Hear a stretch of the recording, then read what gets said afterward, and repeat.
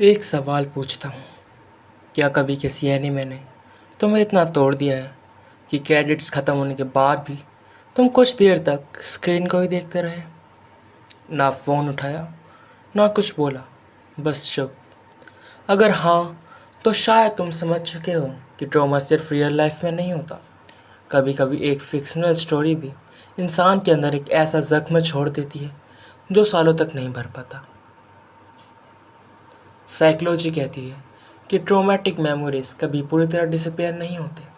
बस एक छोटी सी चीज़, एक गाना, एक डायलॉग या एक सीन, और वो सारी फीलिंग्स दोबारा ज़िंदा हो जाती है। और एनिमे शायद इस आर्ट फॉर्म ने इस इमोशन को सबसे अच्छी तरीके से समझा है। आज हम सिर्फ टॉप 5 एनिमेज की बात नहीं करेंगे, हम उस 5 कहानियों के अंदर चलेंगे जिन्होंने सिर्फ अपने कैरेक्टर्स को नहीं, लाखों व्यूअर्स को भी इमोशनली बदल दिया। और इस जर्नी की शुरुआत होती है एक ऐसी लव स्टोरी से जहाँ विलन कोई इंसान नहीं होता, विलन था टाइम, समय। Number 5, I want to eat your pancreas. पहली बार जब कोई इस मूवी का नाम सुनता है उसे लगता है ये कोई हॉरर मूवी होगी, लेकिन आयरनी तो देखो, मूवी में सबसे डरावनी चीज़ कोई मॉन्स्टर नहीं बल्कि ज़िंदगी है। एक लड़का जो किसी से बात करना पसंद नहीं करता, एक लड़की जो सिर्फ हर वक्त हंसती रहती है, खुश रहती है। उसके अंदर एक अलग सा स्पार्क है और उसकी मुस्कुराहट देखकर कोई भी इमेजिन भी नहीं कर सकता कि उसके पास वक्त बहुत कम है। सब कुछ इतना नॉर्मल लगता है, दोनों स्कूल जाते हैं, मजाक करते हैं, साथ रहते हैं, लड़ते हैं, एक दूसरे को समझने लगते हैं और धीरे धीरे तुम भी उनके साथ जीना शुरू कर देते हो। यही ये मूवी अपना जाल बुनती है। ये तुम्हें इमोशनल नहीं बनाती, ये तुम्हें कंफर्टेबल बना देती है। तुम सोचने लगते हो शायद एंडिंग अच्छी होगी, शायद कोई मिरेकल हो जाएगा, लेकिन ज़िंदगी कभी प्रॉमिस नहीं करती।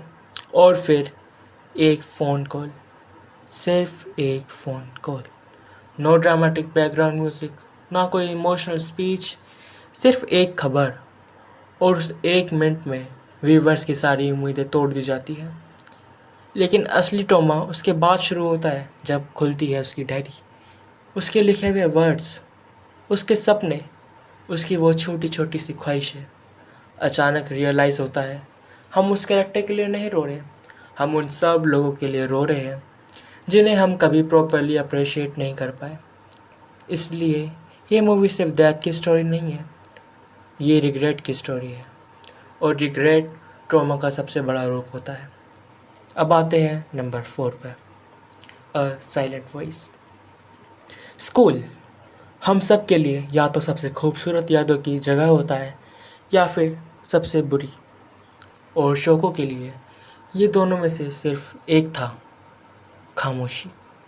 एक ऐसी लड़की जो सुन नहीं सकती, लेकिन उसे हर रोज़ वो सब सुनना पड़ता था जो किसी भी बच्चे को कभी नहीं सुनना चाहिए। मजाक, धक्के, ताना, और फिर वो हियरिंग एड वाला सीन। अगर तुमने ये मूवी देखी है तो शायद उस मोमेंट पर तुम्हारा भी दिल बैठ गया होगा, क्योंकि उस वक्त सिर्फ एक हियरिंग एड नहीं तोड़ा गया था, एक इंसान का सेल्फ वर्थ तोड़ रहा था। लेकिन मूवी यहाँ ख़त्म नहीं होती। असली कहानी तो सालों के बाद शुरू होती है, जब बुली खुद अपने ही गिल्ट का शिकार बन जाता है। शोया की आंखों में तुम्हें विलन नहीं दिखेगा, तुम्हें एक ऐसा इंसान दिखेगा जो रोज़ सुबह उठकर अपने पास्ट से भागना चाहता है। और शायद इसीलिए उसके आसपास हर चेहरे पर एक बड़ा सा एक्स बना हुआ दिखाया गया, क्योंकि जब इंसान खुद से नफरत करने लगता है तो वो दुनिया को देखना ही बंद कर देता है। और फिर मूवी के एंड में एक एक करके वो एक्स गिरने लग जाते हैं। कोई एक्सप्लोजन नहीं, कोई एपिक साउंड ट्रैक नहीं, सिर्फ एक लड़का जो सालों बाद पहली बार लोगों की तरफ देख पाता है, और शायद ये उसकी असली जीत भी थी। अब आते हैं नंबर 3 पर, और मेरी पर्सनल फेवरेट मूवी। ये एक ट्रॉमा था और मुझे बनाते हुए भी काफ़ी इमोशनल अभी फील हो रहा है। शायद मैं कुछ वर्ड्स भी गलत प्रोनाउंस कर दूँ because of that. Grave of the fireflies. War के बारे में हम अक्सर बात सुनते हैं, वो होते हैं नंबर्स, कितने लोग मरे, कितने शहर बर्बाद हुए। लेकिन नंबर्स कभी दर्द नहीं बताते। दर्द तब समझ आता है जब कहानी एक बच्चे की नज़र से देखी जाए। ये फिल्म किसी हीरो की कहानी नहीं सुनाती, ये सिर्फ एक सवाल पूछती है, जब बड़े लोग जंग शुरू करते हैं तो उसकी सबसे बड़ी कीमत कौन चुकाता है। हर सीन के साथ होप थोड़ी और कम हो जाती है, और इसी वजह से मूवी का इमोशनल वेट उसकी एंडिंग से नहीं, उसकी सिंप्लिसिटी से आता है। इस फिल्म में कोई बड़ी स्पीच नहीं, कोई ड्रामेटिक रिवेंज नहीं, सिर्फ सर्वाइवल। और उसी वजह से ये फिल्म ख़त्म होने के बाद भी व्यूवर्स के अंदर एक खामोशी, एक चुप्पी को छोड़ देती है। और पर्सनली जब मैंने सेत्सुको को वो पत्थर खाते हुए देखा था, वो सीन वो मुझे अंदर से तोड़ दिया था। I was literally crying that time.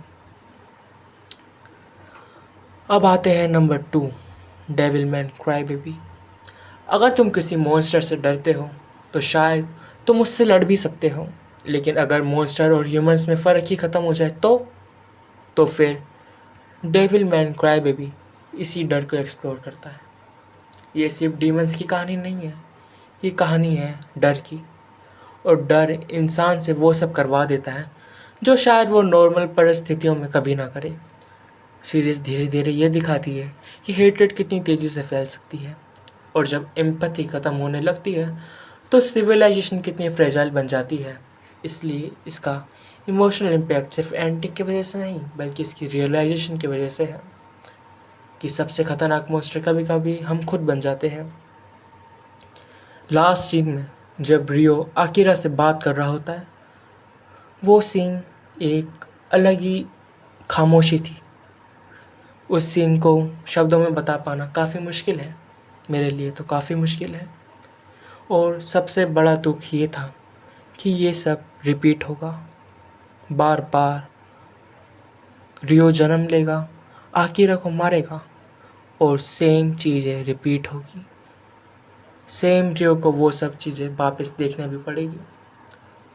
और आते हैं नंबर 1 पर, बरसर्क 1997। हर इंसान अपनी ज़िंदगी में किसी न किसी पर अंधा भरोसा करता है, और जब वही भरोसा टूट जाता है तो रिलेशनशिप नहीं टूटता, इंसान का एक हिस्सा टूट जाता है। बरसर्क इसी इमोशन को फैंटेसी के थ्रू एक्सप्लोर करता है। इसकी दुनिया ब्रूटल है, लेकिन उस ब्रूटलिटी के बीच है दोस्ती, लॉयल्टी और बिलोंगिंग की एक छोटी सी उम्मीद दिखती है। और शायद इसी उम्मीद की वजह से जब सब कुछ दिखना बिखरना शुरू होता है तो उसका असर इतना गहरा पड़ता है। इस एनीमे का सबसे बड़ा इमोशनल मोमेंट वायलेंस नहीं, बल्कि ट्रस्ट का कोलैप्स है।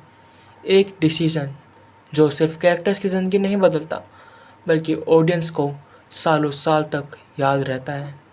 इसलिए आज भी जब लोग बरसर्क का नाम सुनते हैं तो सिर्फ उसकी डार्क फैंटेसी या एक्शन की बात नहीं करते, वो उस इमोशनल गट के स्कार की बात करते हैं, कास्का की बात करते हैं, जब जो कहानी ख़त्म होने के बाद भी साथ रह जाता है। ट्रॉमा की कोई एक डेफिनेशन नहीं होती। कभी कभी वो वक्त होता है, कभी गिल्ट, कभी वॉर, कभी फेयर, और कभी भरोसे का टूटना। शायद इसलिए 5 स्टोरीज इतने अलग होते हुए भी एक ही इमोशन से जुड़ी हुई है। ये हमें सिर्फ रुलाती नहीं, ये हमें बदल देती है, और शायद इसी वजह से हम इन्हें दोबारा देखने से भी डरते हैं और कभी भूल भी नहीं पाते। तो ये वीडियो आज के लिए यहीं ख़त्म होती है। अगर वीडियो पसंद आई तो वीडियो को लाइक, चैनल को सब्सक्राइब करके बेल आइकन को प्रेस कर देना। तब तक मैं मिलूँगा नेक्स्ट वीडियो में। तब तक के लिए गुड लक और sayonara।